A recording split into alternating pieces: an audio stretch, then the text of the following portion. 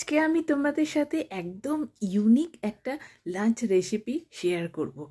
Herb rice আর তার সাথে আছে ক্রিমি ভেজিটেবল স্টু আর আছে পনির। তো প্রথমে আমি পনিরগুলোকে, এটা কিন্তু আমার হাতে বানানো পনির, তার জন্য শেপটা একটু হয়েছিল। আসলে আমি পনিরটা ভেবেছিলাম মিষ্টি বানাবো।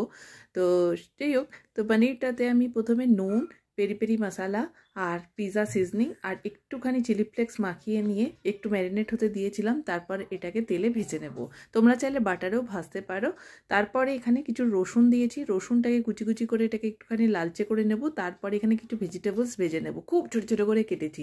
এখানে কি নিয়েছি জানো তো? আমি নিয়েছি বিনস নিয়েছি, ক্যাপসিকাম নিয়েছি, পেঁয়াজ নেব। পেঁয়াজটা এখানে অ্যাড করিনি, একটুখানি এটাকে ভেজে নেওয়ার পর আমি পেঁয়াজটা অ্যাড করেছি। আর নিয়েছিলাম এখানে কর্ন, যে কর্নটাকে আমি সেদ্ধ করে নিয়েছিলাম। তো ব্রোকলি নেবো ভেবেছিলাম, ব্রোকলিটা পাইনি। তো তোমরা যদি পাও তো ব্রোকলিও দিতে পারো, মাশরুমও এর সাথে দিতে পারো, আর যদি এগুলো নাও থাকেও স্কিপ করে যেতে পারো, শুধু এগুলোও দিতে পারো। আমি এখানে বিনস, গাজর, পেঁয়াজ আর কর্নটা অ্যাড করেছিলাম সবজির মধ্যে।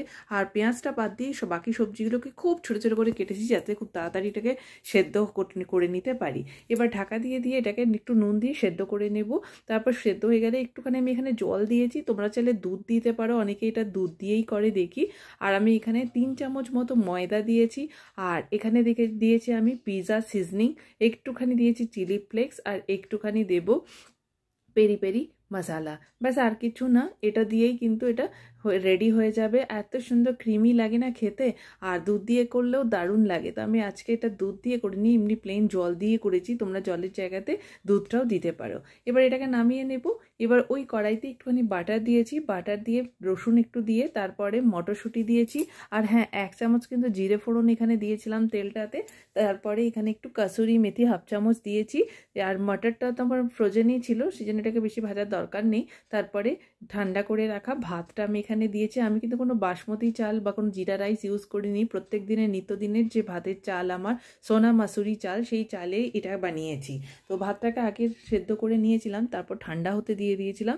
আর ভাতটা অ্যাড করার পরেই এর মধ্যে আবার ওই একই মশলা, পেরি পেরি মশলা আর পিৎজা সিজনিং আর নুন দিয়েছি এগুলো, আর একটুখানি চিলি ফ্লেক্সটাও দেবো। এটা দিয়ে আর একটু লঙ্কা কুচি দিয়ে ভাতটাকে একটুখানি এদিক ওদিক নাড়াচাড়া করে নিয়ে নামিয়ে নেব। ব্যাস, এই ভাতটাও আমার রেডি। একটু ধনেপাতা দিয়ে ভাতটাকে নামিয়ে নেব। ফ্রাইড রাইস বলো, পোলাও বলো, তার থেকে সম্পূর্ণ আলাদা হয় এই হার্ব রাইস, আর সম্পূর্ণ হেলদি একটা মিল রেসিপি। আশা করি তোমাদের ভালো লাগবে। নমস্কার।